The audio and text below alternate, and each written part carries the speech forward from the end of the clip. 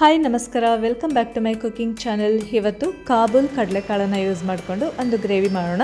ಈ ಗ್ರೇವಿಯನ್ನು ದಿಢೀರಾಗಿ ಮಾಡ್ಕೋಬೋದು. ಮೊದಲಿಗೆ ಇಲ್ಲಿ ಕುಕ್ಕರಲ್ಲಿ ಬೇಯಿಸ್ಕೊಳ್ತಾ ಇದ್ದೀನಿ. ಸ್ವಲ್ಪ ಅರಿಶಿನ ಪುಡಿ ಹಾಗೆ ಉಪ್ಪನ್ನು ಹಾಕಿಬಿಟ್ಟು ಈಗ ಇದಕ್ಕೆ ಒಂದು ಮಸಾಲೆಯನ್ನು ರೆಡಿ ಮಾಡ್ಕೊಳ್ಳೋಣ. ಅದಕ್ಕೆ ಜಾರ್ನಲ್ಲಿ 1 ಟೀ ಸ್ಪೂನ್ ಸೋಂಪು ಹಾಕಿದ್ದೀನಿ.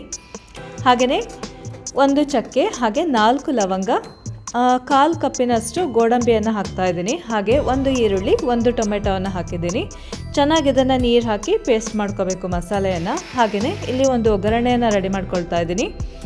ಒಗ್ಗರಣೆಗೆ 2 ಟೇಬಲ್ ಸ್ಪೂನ್ ಆಯಿಲು, ಹಾಗೆಯೇ 1 ಪಲಾವ್ ಎಲೆ, 1 ಚಕ್ಕೆ ಹಾಕಿಬಿಟ್ಟು ಅದಕ್ಕೆ ಈ ರುಬ್ಬಿದಂತಹ ಮಸಾಲೆಯನ್ನು ಹಾಕ್ತಾಯಿದ್ದೀನಿ.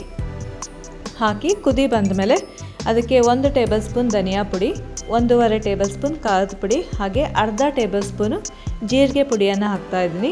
ನೋಡಿ, ಇದನ್ನು ಚೆನ್ನಾಗಿ ಈ ಥರ ಕುದಿಸ್ಕೋಬೇಕಾಗತ್ತೆ. ಕುದಿ ಬಂದ ಮೇಲೆ ಇದಕ್ಕೆ ಬೇಯಿಸ್ಕೊಂಡಂತಹ ಈ ಕಾಬೂಲ್ ಕಡಲೆಕಾಳು ಮತ್ತು ಅದ್ರ ಜೊತೆ 1 ಆಲೂಗಡ್ಡೆ ಕೂಡ ಹಾಕಿದ್ದೀನಿ ನಾನು. ಈ ಆಲೂಗಡ್ಡೆ ಹಾಕೋದ್ರಿಂದ ಗ್ರೇವಿಗೆ ಸಖತ್ ಟೇಸ್ಟ್ ಕೊಡುತ್ತೆ. ನೀವು ಕೂಡ ಒಂದ್ಸಲ ಈ ಗ್ರೇವಿಯನ್ನು ಟ್ರೈ ಮಾಡಿ ನೋಡಿ.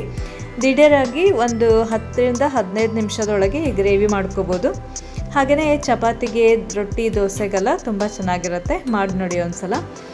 ಹಾಗೆಯೇ ಇದಕ್ಕೆ ಸ್ವಲ್ಪ ಉಪ್ಪನ್ನು ಕೂಡ ಹಾಕ್ತಾಯಿದ್ದೀನಿ. ಟೇಸ್ಟಿಗೆ ತಕ್ಕ ಹಾಗೆ ಉಪ್ಪನ್ನು ಹಾಕ್ಕೊಳ್ಳಿ.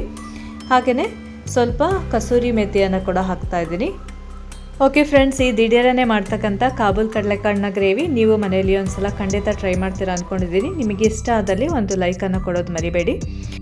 ಓಕೆ ಫ್ರೆಂಡ್ಸ್, ಇನ್ನೊಂದು ರೆಸಿಪಿ ಜೊತೆ ಮತ್ತೆ ಭೇಟಿ ಆಗೋಣ. Thank you so much for watching. Take care. Bye.